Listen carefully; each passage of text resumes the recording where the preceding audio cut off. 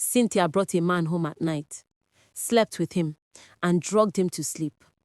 And when the man was deeply asleep, some men came in and took him away for ritual. When the ritual was completed, she was given a large sum of money by Chief Lawrence, the man who had asked her to bring men home, sleep with them, and drug them. He instructed her to call him immediately once the men were asleep, so that he could send his boys to pick them up for the ritual. The money given to her was the first time she had ever received such a huge amount of money as her own. Cynthia took the money and went back home, feeling happy about the fortune she had just made, all for giving Chief Lawrence one man for ritual. But deep inside, she was also feeling guilty for what she had done. Another person's son, used for ritual, because I drugged him and let him be carried away. What if I was the one used for ritual? What would have become of me? That thought made her promise herself never to continue any deal with Chief Lawrence again. But money has a way of bending one to break promises already made. And it would only be a matter of time before Cynthia would find out whether she could keep her promise or not. After a few days, Cynthia began to spend the money given to her by Chief Lawrence, buying new clothes, new bags, new hair, a new phone, and even started living a lavish lifestyle. She completely forgot the promise she had made never to work for Chief Lawrence again, no matter how much money was involved. Before long, Cynthia began to run out of money again. Will she now return to her poor, broke lifestyle after tasting this lavish life that money can offer? Or will she do what needs to be done to continue this lifestyle of hers? To be continued. Watch out for part 2. They said money changes people, but for Cynthia, it did more than that. It opened a door she was never meant to enter. And now, no matter how hard she tries to walk away, that door keeps calling her name. After everything that happened with the man she once brought home, the one who never returned after that night, and how easily she was rewarded afterwards, how Chief Lawrence handed her a huge sum of money so heavy it made her forget how wrong everything felt. She told herself it would be the first and the last, and even promised never to walk that dark path again, no matter the amount of money that would come out of it, not to make her lose her peace again. But peace doesn't always last long when hunger knocks, and promises fade faster than money. It's been 3 weeks since her last deal with Chief Lawrence. The money that once filled her room with joy is now gone, spent on clothes, hair, and a lifestyle she can no longer afford. Her makeup is gone, her smile has faded, and the silence around her feels heavy, heavier than guilt itself. She scrolls through her messages, hoping someone would just send her a credit alert, or maybe a small miracle. But the screen stays empty, and then her phone begins to ring. She stares at the name flashing on the screen, Chief Lawrence. She wants to ignore it, but her finger slowly moves toward the green button. "Hello, Cynthia." The voice comes calm and deep, the kind that carries both charm and danger. "How have you been? I have a small job for you, something easy, and it pays well." Cynthia doesn't respond immediately. She glances at her empty purse on the table, and the silence answers for her. "Chief, I thought I said I'm done," she whispers, her voice breaking. Cynthia, I know, but this one is small. Just one more, my dear. After this, you can rest." Her hand trembles slightly. She looks around her room, the once beautiful clothes now scattered and faded, the phone with an almost dead battery, the bills waiting at the door. She sighs deeply. "Just one last time," she says quietly to herself. "Only this one, and I'll stop for good." But deep inside, even she knows that's the same promise she made before. But sometimes the voice that brings comfort is the same voice that leads to ruin. And Cynthia was about to face that. To be continued.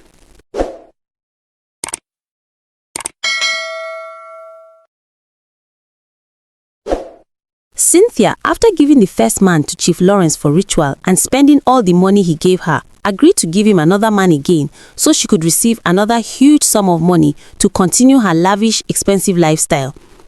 But finding another man to give to Chief Lawrence wouldn't be that easy. She had to plan carefully how to meet the man, convince him to follow her home where they would be alone, and then find a way to make him fall asleep for her plan to work perfectly. And boom, she found the perfect opportunity. Her friend Amanda would be having her birthday party that weekend. Cynthia would be there, and more importantly, many men would also be there. So all Cynthia had to do was dress in an eye-catching way to attract attention. That would give her the chance to pretend to like any man she wanted to lure home and then ask him to follow her after the party so they could spend time together. But Cynthia wanted to play a clean game without leaving any trace that would point back to her if the man disappeared. And that was exactly what she did. That weekend, Cynthia dressed up in a very attractive outfit and went to Amanda's birthday party. The moment she arrived, many of the men there began to admire her instantly. She looked stunning in her dress. Paul was one of those men, and Cynthia fixed her eyes on him the moment she noticed that he was admiring her.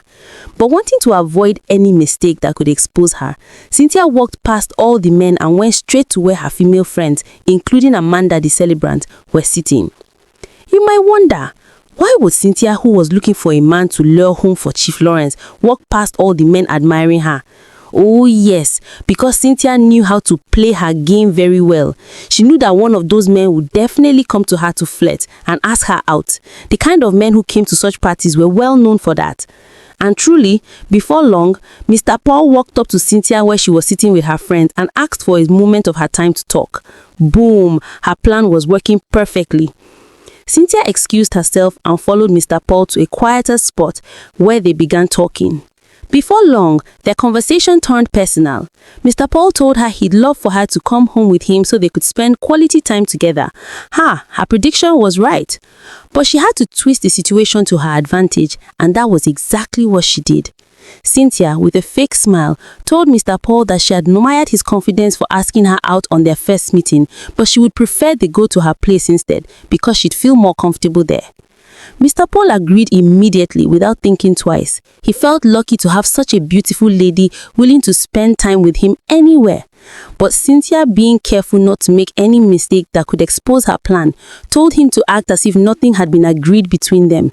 She told him to return to the party and wait until it ended, then follow her secretly when she gave him a signal. She didn't want her friends to think poorly of her for going home with a man.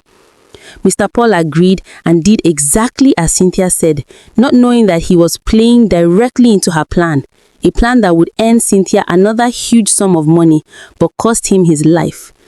But sometimes, plans go perfectly until the very last moment. That's when the setback comes, the one that ruins everything. And that was exactly what was about to happen to Cynthia's perfect plan. To be continued. Please don't forget to follow, like, comment, and share. In life, plans often seem to work perfectly well until one small mistake at the end ruins everything completely. And that was exactly what happened to Cynthia. After all her careful planning, even after she had executed her plan at her friend Amanda's birthday party, she now had a man, Mr. Paul, whom she had lured to follow her home after the party, pretending they were going to spend quality time together. But in truth, Cynthia was only taking him home to hand him over to Chief Lawrence again for another ritual. That was the only way she could receive another huge sum of money to continue her lavish lifestyle. After the party, Cynthia gave Mr. Paul the signal, just as she had told him earlier, and he quietly followed her from behind, heading to her house. When they arrived, Cynthia welcomed Mr. Paul warmly and offered him a drink, saying he would need it to cheer up before they started enjoying the night together. But unknown to Mr. Paul, Cynthia had already added something to the drink, something strong enough to make him pass out completely in a short while. It was already late, since the party had ended late, and Chief Lawrence's boys would soon come to pick him up for the ritual that same night. Not long after finishing the drink, Mr. Paul fell into a deep sleep, exactly as Cynthia had planned. Without wasting time, she picked up her phone and called Chief Lawrence to send his boys for the pickup. Wow, it all seemed so easy. Just as Chief Lawrence had told her, men will always be men. When it comes to sleeping with a beautiful woman, they'll do anything just to get what they want. And that foolish desire, that blindness, had just cost Mr. Paul his precious life on this fateful night. But the night was far from over for Cynthia, because the clean game she thought she was playing was not as clean as she believed. Chief Lawrence's boys arrived at Cynthia's house in no time for the pickup, but something none of them expected happened. What Cynthia had mixed into the drink was supposed to keep Mr. Paul asleep till morning, but as one of the boys reached out to lift him from the bed, his eyes suddenly opened wide. He sat up instantly. Cynthia's mouth dropped open in shock. The man she thought she had silenced for her evil plan had just woken up unexpectedly. Seeing this, one of Chief Lawrence's boys whispered sharply to the other, "Finish him now. We can't take him awake." "Ah, finish him?" Cynthia screamed in fear. "Chief Lawrence never said anything like that would happen in my house." But before she could finish speaking, the boy standing near Mr. Paul struck him hard in the neck. In one swift motion, he fainted again, completely silent. Cynthia froze. Her heart pounded heavily as she watched the man she had just laughed and smiled with at the party, now lying helpless right before her eyes. Maybe now, she truly understood the cost of her choices, the price of dirty money. Maybe now, she realized that she too could have been the one lying there if things had gone differently. But Cynthia hadn't even seen what that night still held for her. After making sure Mr. Paul was completely unconscious, Chief Lawrence's boys carried him out quietly and disappeared into the dark to complete the ritual. However, as they were leaving Cynthia's house, someone saw everything. That person was Chioma, one of Cynthia's close friends who had also attended Amanda's birthday party. Chioma had secretly followed behind when she noticed Mr. Paul following Cynthia home. She wasn't spying, she was only worried. She thought Mr. Paul might try to harm Cynthia, so she followed quietly to make sure her friend was safe. But now, Chioma had seen what she was never supposed to see, and she alone knew what had truly happened to Mr. Paul. If Mr. Paul disappeared, Chioma would be the only one who could expose Cynthia's terrible secret, and that would be the beginning of Cynthia's downfall. How would Chioma react to what she just witnessed? Would she expose Cynthia if Mr. Paul goes missing? Or would Cynthia still find a way to play smart and silence her friend before the truth comes out? To be continued. Please follow, like, comment, and share.